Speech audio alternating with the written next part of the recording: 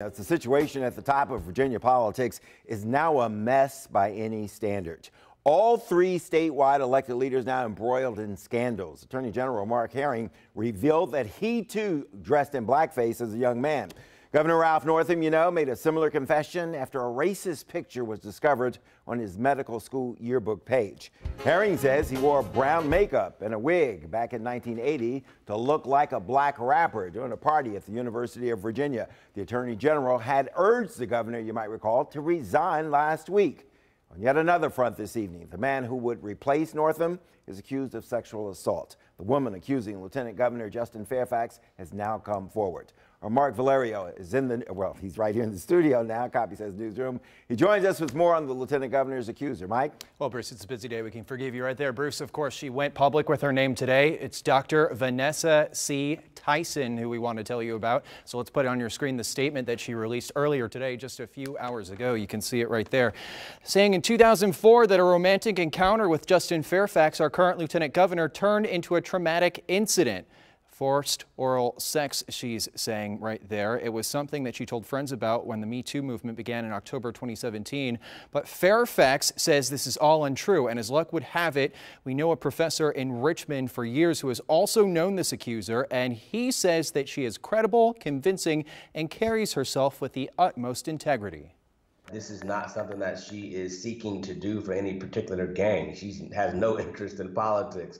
Given the history that I know with Dr. Tyson, that there's no reason to believe something other than what she wrote. Everything that I think me and other colleagues know about her in her professional settings is that she's someone who speaks the truth. Where does this put us now? It's halted all calls for resignations to happen quickly since all three top Democratic officials have descended into scandal. But of course, Bruce, this is the perfect storm of Democrats reaping the poisonous fruit of no tolerance right here. Congresswoman Jennifer Wexton just tweeted that she believes Dr. Tyson, and Richmond operatives are all but saying that Fairfax's chances of becoming our next governor, either now or in 2021, are gone. Bruce? Okay, Mike Valerio, thanks a lot for that information, Mike. With the future of three of the state's top leaders uncertain, there's a lot weighing on all Virginians tonight. Julie Jakopic joins me now. She's chair of Virginia's List. That's a Democratic PAC. Give me your reaction to the very latest. The woman, her comments, do you believe her? Is she credible? I believe all accusations need to be taken seriously. I came here for the first time talking about Dr. Blasey Ford, and the comparisons are huge, and they've been going on all day, and they're going to keep going on. Mm-hmm. We've got to take it seriously, and there's no place in leadership for that role. If you take it seriously, it means the lieutenant governor could be lying. Could be. Okay. She hasn't filed charges, so there's not going to be due process. It's her word against his. Where does that leave us? Well, and I think there's a couple things. You met me because I talked about my own date rape. Right. I have to take her seriously, and we have to see what happens.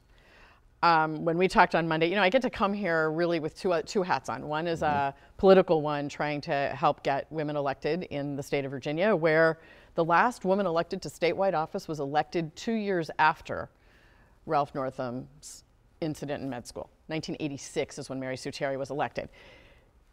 We got to do better. We need to have a deeper bench, and I'm not saying that women are not racist, and I'm not saying that women never commit assault, but the likelihood, the data say, are much rarer. And so as somebody who's working to get women elected to statewide office, particularly Democratic women, we've got a space here we need to be paying attention to and building a deeper bench. Yeah. As a leader and somebody who helps leaders, we're here because there's a startling failure of leadership at the top. Mm-hmm. So advise the leadership. What should be done now? Northam should go? The longer this goes on, the less meaning his leaving has. And the fact that there are now three guys, in the bullseye. That other guys did something bad doesn't make it better. But does that give the group some kind of political cover, if you will? If I go, why not him? If these two go, why not him? We've got one person sitting at the top. Yes. Who could have taken care of all of this. Mm-hmm. If back in January, when we were seeing Megyn Kelly and I believe it's the Secretary of State, but the leader in Florida, lose positions over blackface issues, he knew what he had done. They both knew what they had done. If they had come forward then and said, let's have a dialogue about it, we'd be somewhere. And I'm not suggesting the zero tolerance that was issued before, but the difference between Democrats and Republicans isn't that we're angels, it's that we hold each other accountable. At what point in time, again, I go back to the conversation we had before, at what point in time do we like, look, let's clear the slate here. Anybody and everybody who's got something in the closet, next several, let's get it out. And we're not talking about criminal activity, of course, right. but let's talk about it. Let's get it out. We are 9 months from the next election in Virginia. Everybody ought to be looking at it. Everybody ought to be pulling out what they've done and looking into themselves and what they can say about it. And if they're smart, they're going to own it, and they're going to talk about what changed them. And that's exactly the point I'm trying to make. Okay, Julie, as always, thanks a lot. Really appreciate you.